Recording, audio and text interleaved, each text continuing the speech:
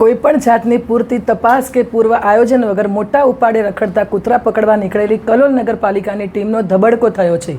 ક્યાં કૂતરાઓનો ત્રાસ વધુ છે તેની કોઈ પણ માહિતી મેળવ્યા વગર આ દેખાડો કરવા નીકળેલી કર્મચારી સહિતની ટીમને એક પણ કૂતરું મળ્યું નહોતું, જેથી આખરે સ્ટાફને વિલા મોઢે પાછા ફરવાનો વારો આવ્યો હતો. સત્ય હકીકત એ છે કે પાલિકાના પોતાના જ દરવાજે આખો દિવસ ગાયોનો અડીંગો જામેલો હોય છે, છતાં તંત્રને એ દેખાતું નથી.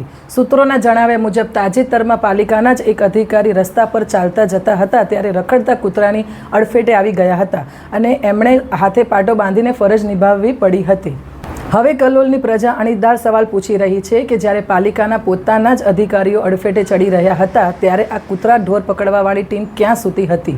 આ સ્થિતિ પરથી કલોલની પ્રજા હવે સીધો પ્રહાર કરી રહી છે.